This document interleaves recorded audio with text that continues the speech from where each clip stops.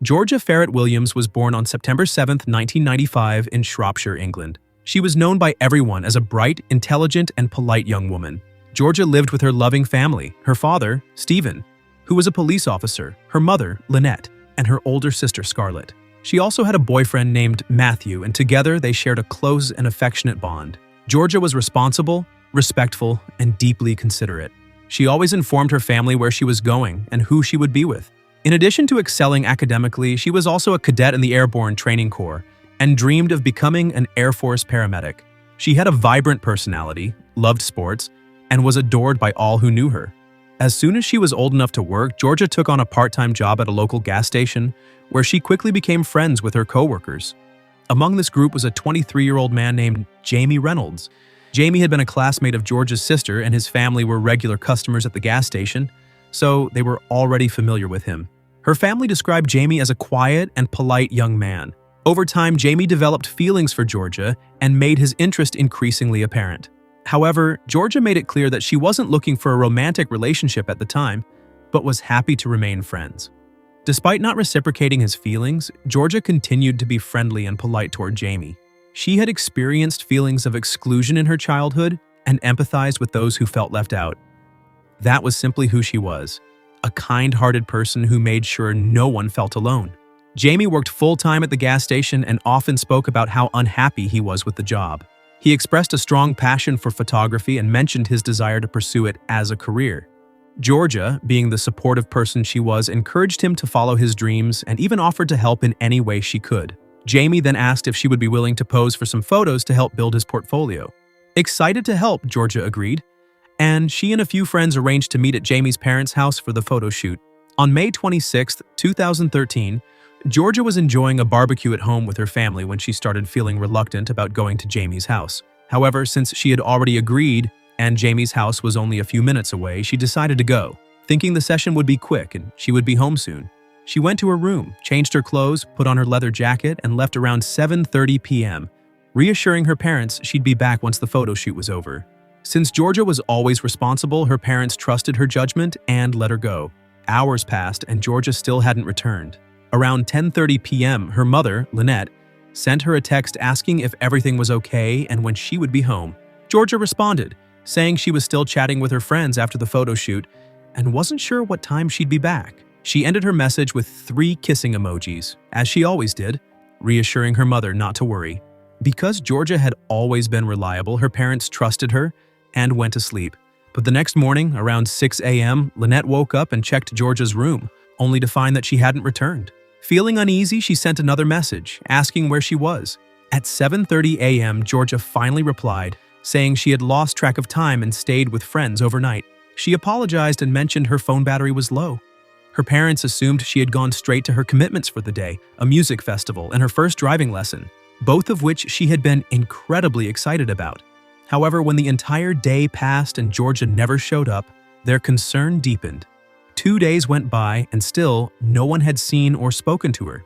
Initially, her parents considered the possibility of a rebellious phase, but when they learned she hadn't even attended her driving lesson, they knew something was wrong. Desperate for answers, they contacted her friends and acquaintances, but no one had seen her. Her worried boyfriend, Matthew, took to Facebook, posting a heartfelt plea for any information regarding Georgia's whereabouts.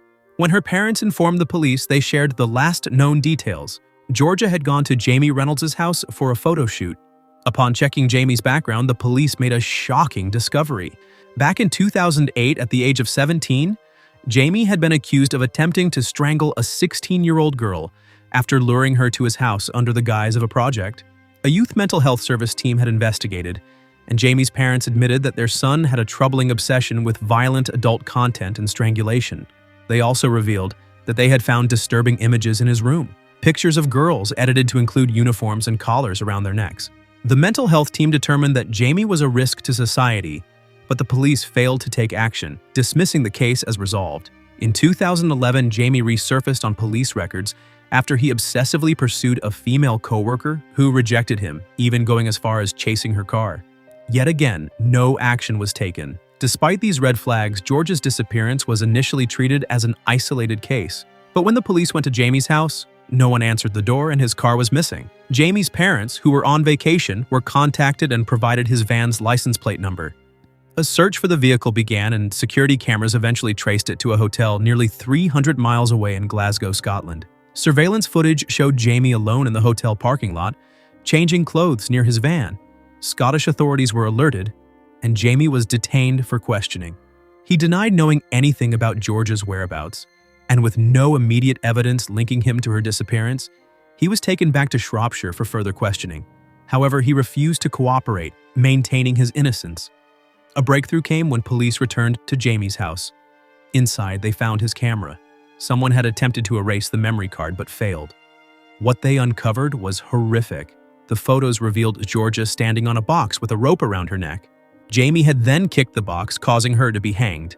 He had documented every moment in excruciating detail, including his subsequent abuse of her body. On his computer, authorities discovered 16,800 images and 72 videos of disturbing content. Additionally, they found a notebook containing 40 stories Jamie had written, fictionalized accounts of himself harming women. One story eerily detailed Georgia's murder, exactly as it had played out in real life. When confronted with this evidence, Jamie still denied everything. Meanwhile, the desperate search for Georgia's body continued.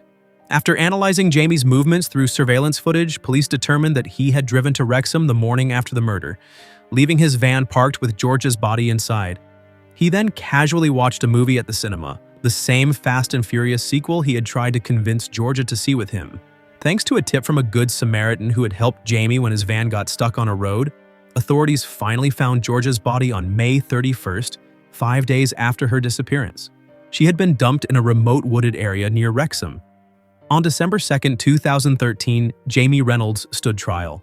Georgia's father, Stephen, saw him laughing and joking outside the courtroom as if he had no remorse.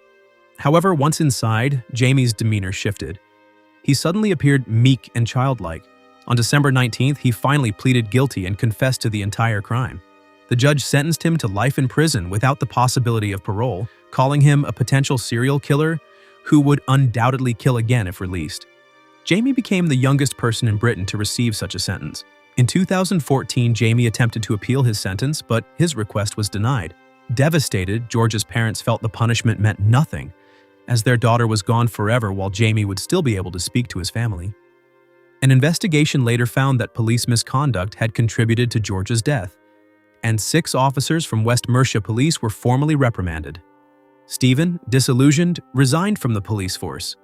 In Georgia's memory, the community raised over £2,000 for a memorial bench, and her family established the Georgia Williams Trust, a charity helping young people pursue their dreams. Her legacy lives on. Please support me. Subscribe my channel.